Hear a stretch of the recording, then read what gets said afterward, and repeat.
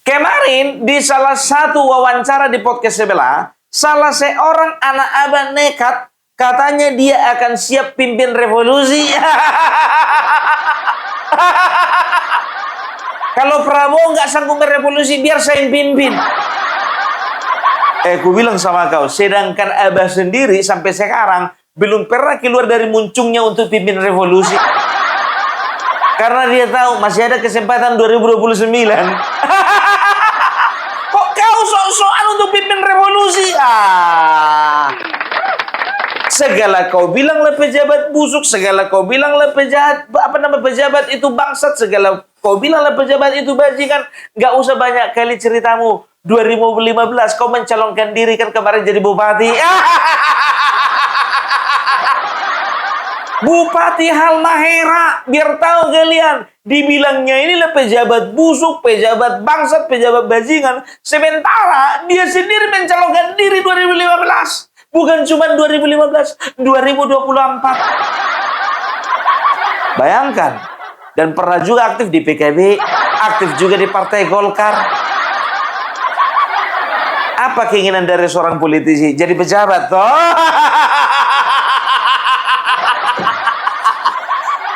Karena salah dia memilih calon presiden, ya, dia pilih calon presiden 01, menjadi juru kampanyenya kalah, makanya dia uring-uringan. Banyak kali sekarang biar tahu kalian anak-anak Abah ini yang uring-uringan. Sementara Abahnya ceramah sana, ceramah sini, ceramah sana, ceramah sini, mengurangi uring-uringan. Malah anak-anaknya yang uring-uringan. Saya siap pimpin revolusi, Bang Indra. Rakyat harus bangkit, rakyat Indonesia nggak boleh biarin ini. Ini pilihan cuma dua. Kalau kita biarkan kekuasaan busuk ini berlangsung, Indonesia bubar tengah jalan. Kita selamatkan Indonesia, atau kita menangisi pesta para bajingan itu di istana. Bayangkan kalian, pesta para bajingan katanya di istana. Kau juga kalau ditawarin jadi menteri pasti mau kau. Kalau misalnya presidennya Anies. Karena presidennya bukannya Anies, makanya kau keluar-keluar sekarang. Banyak kali gayamu. Kau juru kampanyenya Anies, kau ini buktinya. Ada sumbernya. Kau juru kampanyenya Anies Baswedan. Calon presidenmu kalah, makanya kau stres sekarang. Kau salahkan pemerintah, kau salahkan pejabat, kau salahkan presiden, kau salahkan semuanya. Ya, jadi ku bilang sama kalian, memang betul negara kita sekarang dalam proses pembersihan, kan begitu. Yang tadinya nangkap koruptor ternyata koruptor, yang tadinya nangkap maling ternyata juga maling, kan begitu. Tapi ini adalah komitmen dari Bapak Prabowo sendiri.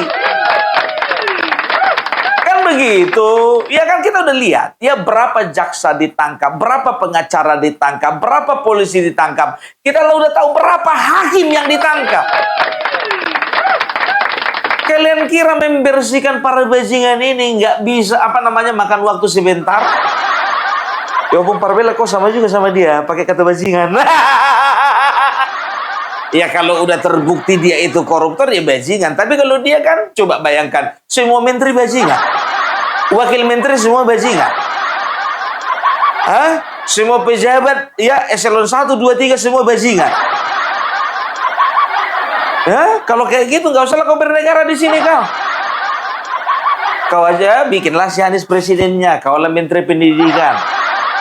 Ikulah semua keluargamu itu bikin, ada di dinas lingkungan hidup, ada di dinas tenaga kerja, ada di dinas dinas pekerjaan umum, bikin aja begitu. Banyak kali gayamu siap pimpin revolusi. Jadi dia ini ngomong seperti itu, ya, dia keberatan dia dengan presiden kita yang sebagai kepala negara, ya, membiarkan pemungutan pajak ini, kan begitu. Sekarang begini ku bilang sama kau, ya, kalau bicara tentang pajak itu proporsional. Ada nggak yang nggak bayar pajak? Ada anak sekolah.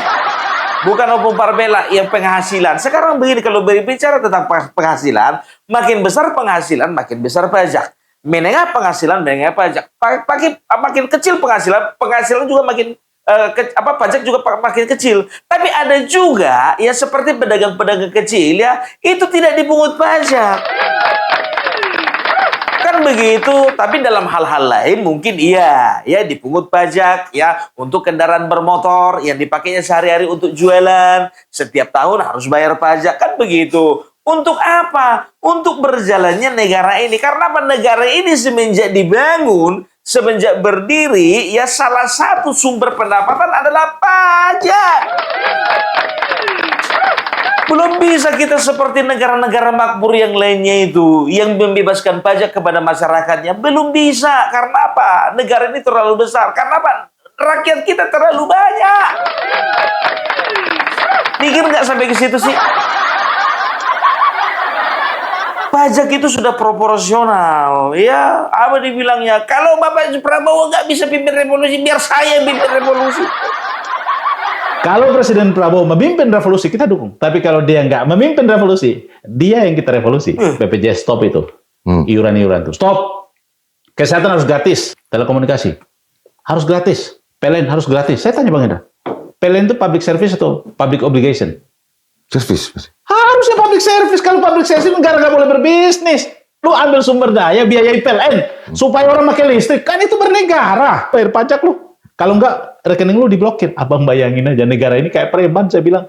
Kewajiban pajak itu kemudian dihubungkan dengan kita dikasih punishment bahwa kalau Anda nggak bayar pajak, saya blokir rekening Anda. Ini negara kayak apa? Jadi negara ini kacau, Bang. Kacau betul. Memang harus revolusi. Nah, saya ingin Presiden Prabowo membereskan itu. Kira-kira kau sudah bisa nggak membereskan ruang lingkup gitu ya? Misalnya di RT-mu saja gitu, kau bereskan gitu. Hah? Coba kau bereskan dulu gitu. Gak usah ngomongin masalah pajak. Kau juga tahun 2017 jadi tersangka kan? Ada penggelapan dana kan? Ada penipuan kan? Gak usah ngomong masalah kebersihan hati, kebersihan iman, kebersihan pemerintah. Sementara kau pun juga rusak. Banyak kali gayamu. Ya, kita lihat ini. Ya, banyak kali ceritanya ini. Aduh. Syukur. Nah, aku bilang sama Syukur kalian. Mandar tampil bak pemimpin oposisi. Ketika tukang tipu berubah jadi pahlawan kesiangan, Syukur Mandar hari ini mengkritik lantang pemerintah. Ia menuding memosisikan diri seolah berada di barisan paling depan dalam memperjuangkan kepentingan rakyat. Namun kita tak pernah lupa, ketika Syukur Mandar berbicara tentang kebenaran, kita teringat bahwa ia pernah tercatat sebagai tersangka dugaan penipuan dan penggelapan. Kita teringat bahwa pernah ada laporan mengenai pinjaman dana miliaran rupiah yang berujung pada proses hukum. Hari ini Syukur Mandar mengajak kita meragukan pemerintah, padahal banyak orang justru masih meragukan dirinya. Dan pertanyaan yang paling relevan bukanlah tentang pemerintah hari ini, melainkan tentang Syukur Mandar sendiri. Bagaimana seseorang yang pernah tersandung kasus dugaan penipuan dan penggelapan kini tampil seolah menjadi pemimpin oposisi.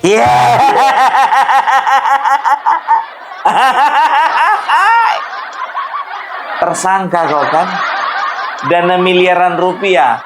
Kalau misalnya ini adalah sebuah hoax, tolong dulu bikin klarifikasi. Ya, nggak usah kau itu cerita ini cerita itu pemerintah harus bersih, negara harus bersih, jadi pejabat harus bersih. Sedangkan kau aja 2015 kau gagal kau jadi bupati, 2017 tersangka kau. Artinya apa? Kalau misalnya ya kau dipercaya menjadi seorang pejabat, kau juga nggak bisa memegang amanah. Karena apa? Uang miliaran pun juga kau jadi tersangka. Gak usah banyak gaya lah. Bacrit lu, banyak cerita. Sok-sok kau ngomongin masalah pajak. Sekarang gini, ngomong masalah BPJS. BPJS hapus, katanya gitu. Ya, sekarang begini. Kalau misalnya BPJS dihapus, ya kan? BPJS dihapus nih, ya. Nah, sekarang bagaimana kira-kira? Ya, masyarakat katanya ya, masyarakat miskin. Ya, masyarakat semuanya katanya harus digratiskan. Ya. Kesehatan ini harus gratis, ya kan begitu. Mulai dari masyarakat yang paling miskin sampai yang paling kaya. Menggaji dokter dari mana? Operasional rumah sakit dari mana? Obat-obatan dari mana? Infus emangnya bisa diganti jadi air comberan? Obat-obatan itu bisa dipotekin itu, obat nyamuk saat apa namanya dikit kecil-kecil itu. Hah? Emang bisa? Gaji dokter bisa dari pakai daun. Semuanya itu ada keterkaitan. Kau bilang apa lagi? PLN harusnya gratis. Sekarang gue bilang sama kau, ya kan? Kalau misalnya gratis, oke, ya. Katakanlah misalnya, kalau misalnya 2.300 watt, ya, yang 900, 1.500, 2.900, katakanlah misalnya digratiskan, kan begitu. Sekarang ku tanya dulu samamu, bahan bakar untuk menghasilkan listrik ini dari mana? Batu bara kan? Batu bara dari mana? Digali kan? Menggali batu bara, kau kira nggak pakai operasional? Nyampe nggak ke situ kali-kali ini? Menggaji para penambang yang ada di batu bara, ada nggak kali-kali ini? Membiayai operasional alat berat yang ada di tambang batu bara, ada nggak nyampe ke situ? Kau kira gampang? Ya telekomunikasi begitu juga. Kau kira ya itu tower-tower itu nggak berbayar itu? Belinya pakai apa? Pakai air liur. Pakai apa? Pakai lendir. Pakai duit semua itu. Ngomong nggak pakai apa? Ya nggak pakai data gitu loh. Ya cuman narasi doang gitu loh. Ya. Makanya aku bilang untung aja ini, aku bilang sama kalian ya, boro-boro dia mau mimpin revolusi. Kenapa bilang? Waktu dia mencalonkan diri menjadi Bupati Halmahera, ya ternyata masyarakat belum mempercayakan. Kelas kabupaten kau belum bisa lolos, mau ngomongin masalah negara, bacret lo. Lihat ini. Ya, pertama gerakan oposisi ini lahir atas sebuah keprihatinan, hilangnya fungsi parlemen. Syukur Mandar, syukur Mandar. Kemarin kau gagal jadi calon Bupati Halmahera. Kau punya bos gagal jadi calon presiden. Sekarang muncul kau jadi presiden apa? Presiden oposisi. Mana negara ini sudah tidak ada partai oposisi, yang ada hanya partai penyeimbang. Muncul presiden oposisi. Syukur. Kasih tahu kau ya teman-teman, tidak ada yang percaya kau, Syukur. Kalau kau tidak pernah berafiliasi dengan partai, oke lah. Tidak apa-apa, mungkin rakyat pasti percaya. Tapi kau pernah berafiliasi dengan partai, bahkan kau pernah ikut calon bupati dan kau gagal. Itu masalahnya. Yang bikin rakyat tidak percaya. Jadi kau mau ribut, mau teriak bagaimana berkaitan dengan apa namanya kebangsaan negara ini seperti apa jalannya, tidak akan ada orang percaya. Kamu ini betul golongan orang sakit kau ini, Syukur. Kau punya narasi itu tidak terbatas dan gampang dibantahkan, Betul. gampang dipatahkan. Dan sudah terlihat semua itu, Syukur Mandar. Calon bupati gagal. Kamu bikin oposisi degelan. Sebentar dulu. Kenapa ya dari kelompok orang ini banyak kali orang gagal? Anies Baswedan capres gagal. Ugro Seno caleg gagal. Uri Baret caleg gagal. Siapa lagi? Ya, apa namanya? Refli Harun pecatan. Ya kan, setelah itu Gatot Nurmantio pecatan. Said Didu pecatan. Ya kan, setelah itu siapa lagi? Banyak kali yang pecatan dan banyak kali yang gagal. Coba dulu kau bantah dulu perkataan abang-abang yang baju loreng ini. Kayaknya abang-abang baju loreng ini kayaknya kenal dekat sama kau. Makanya berani dia ngomong begitu. Kenapa bilang? Karena dia pakai seragam ini. Beliau berarti bisa mempertanggungjawabkan apa ucapannya. Dan aku sudah lihat data-datanya, ya 2024 pun kawan ini mau mencalonkan diri jadi bupati, cuman pendaftaran nggak jadi. Nggak tahu entah kenapa nggak jadi gitu loh. Dan akhirnya dia biar tahu kalian ya menjadi juru kampanyenya Anies Baswedan. Dan ini sedikit. Kayaknya ya dia ini teman dekat sih sama Ketua Umum Partai Gerakan Rakyat. Partai Gerakan Rakyat adalah partai yang kemarin lambangnya kentongan, tiba-tiba berubah menjadi harimau. Yang warna oranye. Ya, yang warna oranye, yang mau mencalonkan Anies Baswedan menjadi presiden, ya kan? Gak ada masalah sih, aku bukan ngeledek sih, nggak ngeledek ya kan? Cuman kenapa begitu cepatnya gitu loh ya? Sedangkan PSI ya butuh waktu sekitar 10 tahun ya mengganti lambang dari mawar menjadi gajah. Ini Partai Gerakan Rakyat belum terverifikasi, belum sempat berperang, belum sempat bertanding, belum sempat berkontestasi, udah ganti lambang. Gimana ceritanya? Tapi nggak apa-apa. Aku tidak sedang menghina, tidak sedang mengejek ya. Hanya mempertanyakan saja, kenapa begitu cepat waktu ini berlalu? Maksudnya kenapa ya cepat kali kemarin itu kentongan dirubah menjadi harimau. Dan aku nggak tahu ya lambang aslinya yang mana nggak tahu. Jadi, ya kok kita jadi bahas kentongan? Ya, jadi memang betul ini the real anak abah.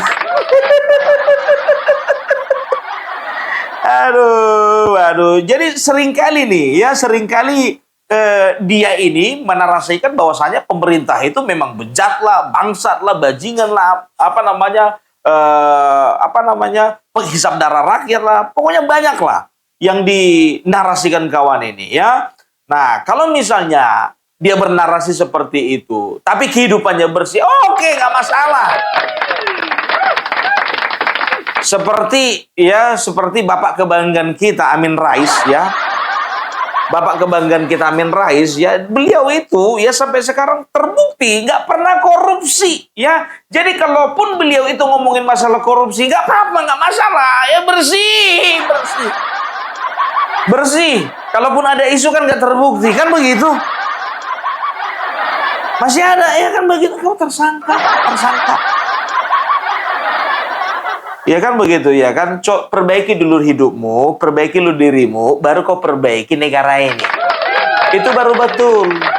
Jangan dulu ya kalau kau nggak perbaiki dirimu, mau kau perbaiki negara ini ya. Tapi loncatannya sih terlalu jauh sih kalau aku bilang perbaiki dulu dirimu supaya bisa kau perbaiki kabupatenmu. Dari kabupaten baru kau ya ke Maluku Utara ya kan, provinsi. Dari provinsi baru tembak ke negara gitu. Jangan melompat kejauhan. Harus terukur gitu loh, terukur. Ngomongin masalah pajak dia, lihat dulu nih. Nih. Selama negara hidup dari pajak, maka siapapun presidennya tidak boleh merasa hebat. Itu penegasan yang penting yang harus saya sampaikan.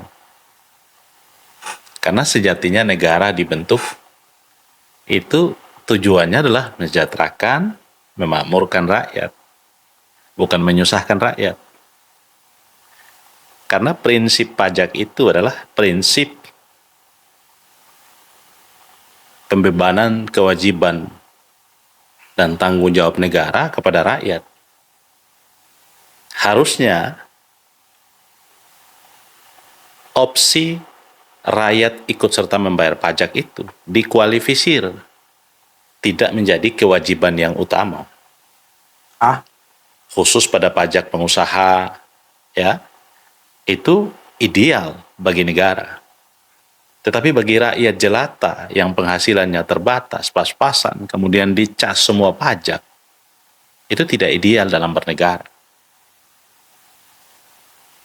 Saya ingin mengatakan begini, bahwa cita-cita mulia yang termaktub dalam Undang-Undang Dasar 1945 pada mukaddimahnya itu, prinsip negara dibentuk itu adalah untuk kemakmuran kesejahteraan rakyat. Mengapa? Pertanyaannya mengapa? Kita sebelum menjadi sebuah negara itu ada ada 4 faktor yang membuat kita itu bersepakat menjadi sebuah negara. Pertama ada wilayahnya, yang kedua ada rakyatnya, ketiga ada pemerintahan yang sah, yang keempat ada pengakuannya. Nah, pada soal ada wilayah, itu tentu yang paling prinsip kita lihat di dalam wilayah itu apa? Sumber daya alam. Nah, sumber daya alam negara itulah yang harus dimaksimalkan negara untuk memakmurkan rakyat. Itu yang saya maksudkan. Jadi sepanjang presiden itu belum ada yang mau membebaskan beban pajak bagi kelas yang tidak mampu, maka dia tidak boleh tepuk dada dia presiden yang sukses. Karena 80-82% hidup dan keberlangsungan negara ini bergantung pada pajak. Pertanyaannya, sumber daya alamnya kemana? Sumber daya alamnya sudah dikontrakkan pada pihak asing, negara cuma terima royalti, dan hanya 18% sekian, dan itu tidak bisa menjamin keuangan negara. Maka Dan kalau kau jadi bupati, kau akan ngambil pajak juga dari perusahaan asing itu. Iya kan? Di awal-awal enak kali, lembut kali gitu loh. Iya kan?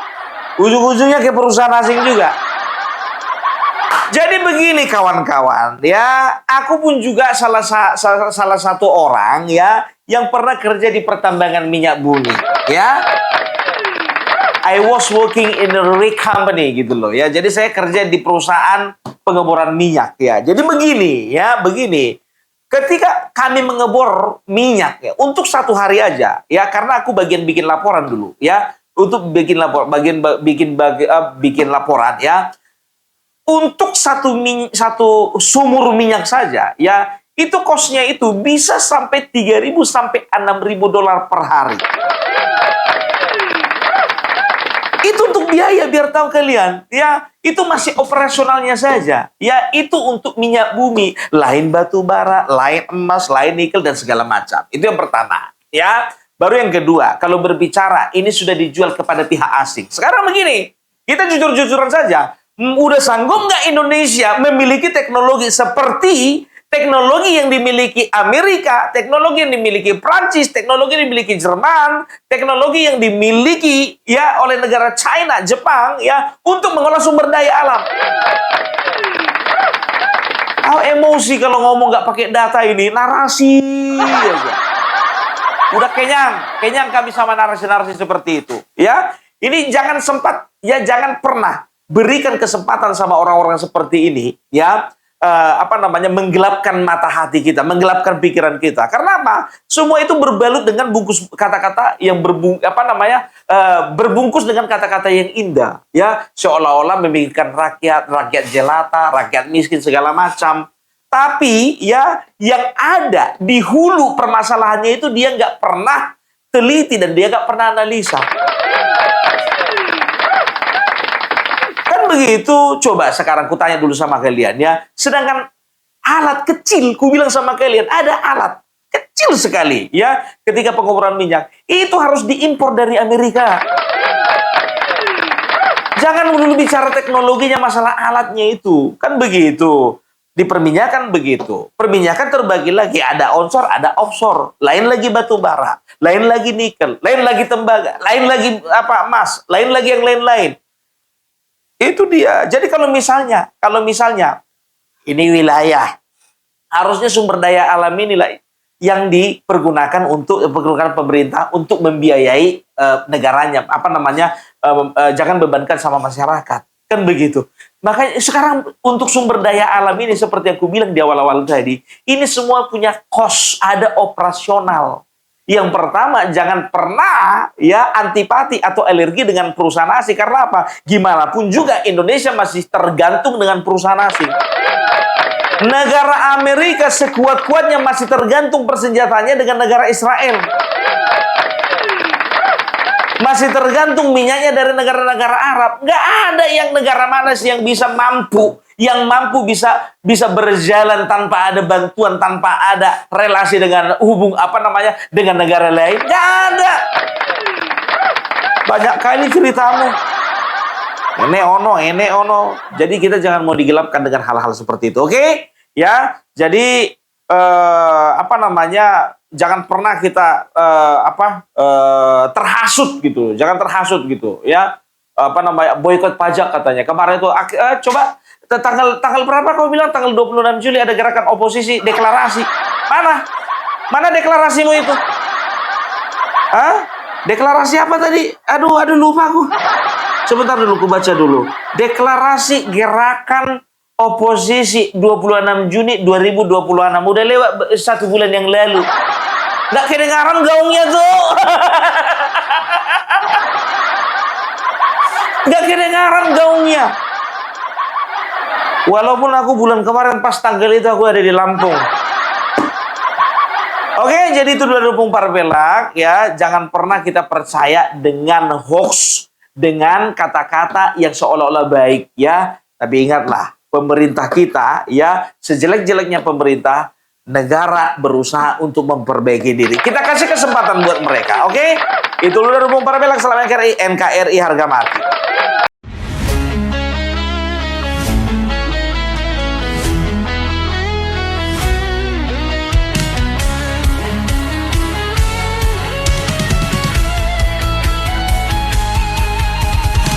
Dari utara sampai ke timur, suara jujur kini bergema.